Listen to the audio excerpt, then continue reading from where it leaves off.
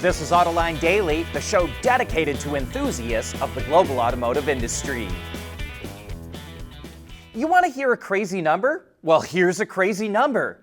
Last year, all the automakers in the U.S., both domestic and import, spent $28 billion on warranty claims. That includes $13.6 billion for labor and $14.7 billion for parts, which is according to the National Auto Dealers Association, who collects all that data from car dealerships. That $28 billion was 12% higher than the year before, and for car dealers, it was a bonanza. Regular maintenance and repair work that's paid for by customers is declining, so the warranty work that's paid for by the factory is something of a godsend. And as long as we're handing out crazy numbers, here's another one. Tesla is chopping the price of the Model Y in Canada by $20,000. Here's the backstory on that.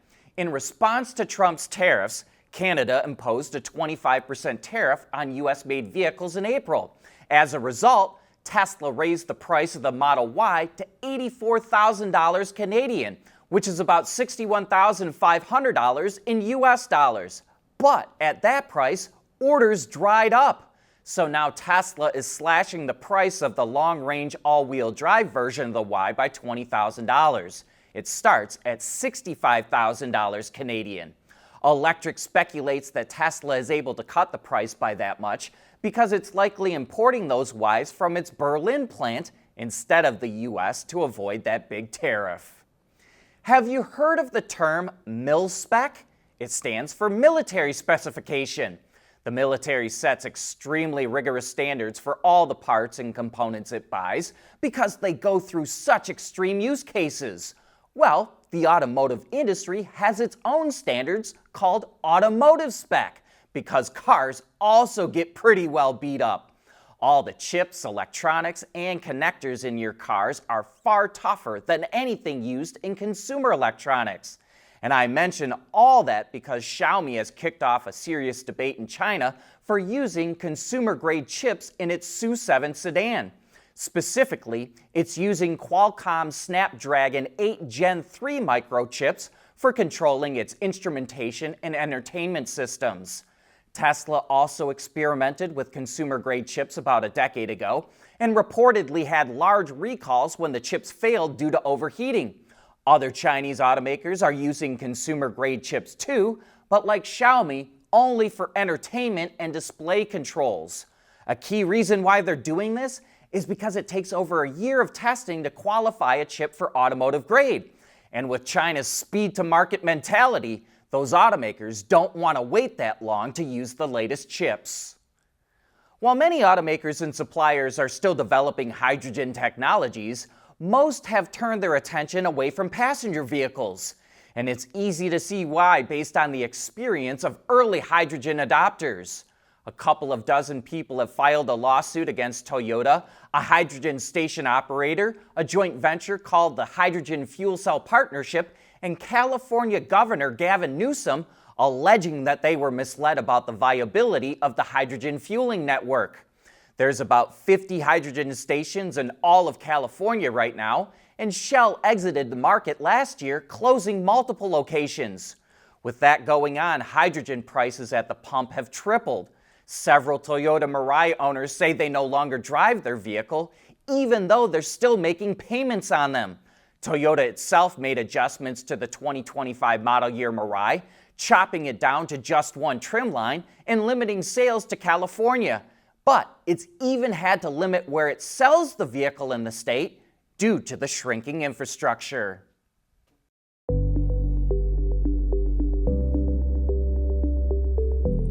Developing today's vehicles. Issues can happen in an instant. When's the best time to solve a problem? The minute you know you have one.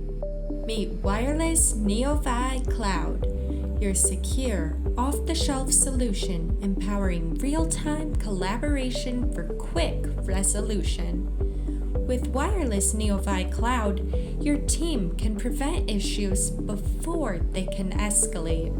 driver communication data and remote diagnostics to analyze and resolve your problems using OTA, allowing your executives oversight throughout the process. Wireless NeoVi Cloud, your vehicle update solution in production and on the road. Intrepid Control Systems, driven by your data.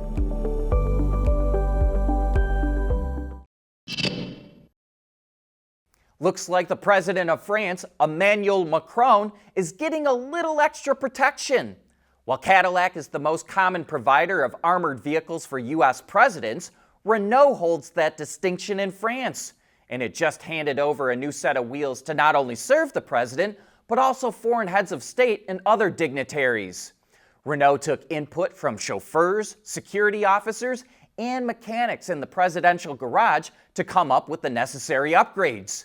That included extending the wheelbase of the Rafale SUV, which it's based on, and adding armor that also required an upgraded suspension to handle all that extra weight.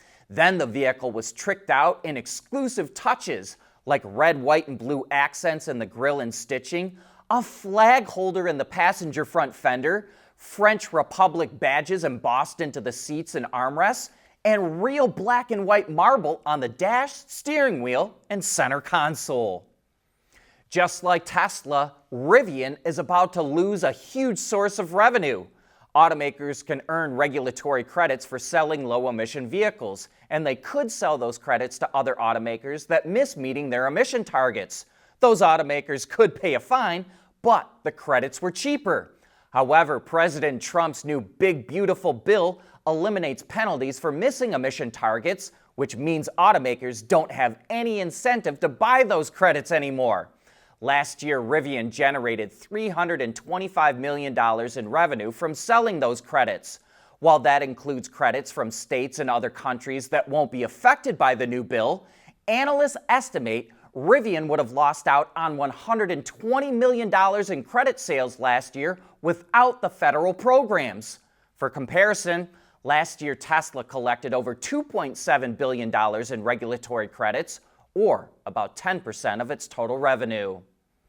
In another sign that the China auto industry is starting to restructure, Volkswagen and its joint venture partner SAIC will close their plant in the city of Nanjing. Production has already stopped, and the plant will be gradually shuttered in the second half of the year. The plant produced the Passat, which will now be produced at a nearby plant in the same province. A Dutch startup called Tyler has an interesting idea for adding wireless charging to e-bikes. It developed a kickstand that can be attached to about 75% of e-bikes currently sold, and it integrates into the existing wire harness or plugs into the external port of the battery pack.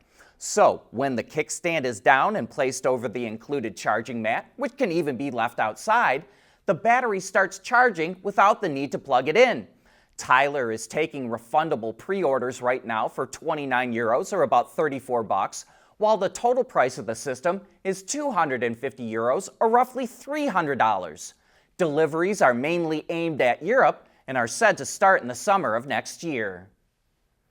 We've got the results of our latest poll where we asked our members how they would advise automakers to set the regen braking on their EVs and hybrids. 48% of you said you love one-pedal driving and want it to be the default setting. 13% said do not make one-pedal driving the default. 19% said you like to set your favorite regen setting on the center screen and leave it there. And 20% said you like using paddle shifters to change the setting on the fly. We got a number of insightful comments as well. Kyle Robinson said, "One-pedal driving is one of my favorite electric vehicle traits. I will probably never have to do another brake job, which makes me real happy." Thomas Bowen posted that, quote, "I've gotten used to one-pedal driving with my Teslas, but everyone has different preferences. The car should remember their preferences, give us the choice, and make it sticky."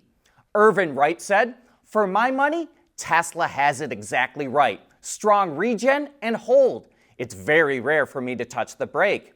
Brian Falchuk likes the paddle shifters that GM uses for regen on demand. He says, I find myself trying to use it in other cars that lack it, which is a sign that it's a useful and expected feature. It's like looking at the center screen in the early days of backup cameras. When you're in a car without one, you really notice when it's missing. Thanks for all your comments, because this is really good feedback for the automakers to hear. And if you'd like to participate in all our polls, please consider becoming a Patreon or YouTube member. It only costs a few dollars a month, and it gets you access to a lot more Autoline content. And with that, we wrap up today's report. Thanks for watching.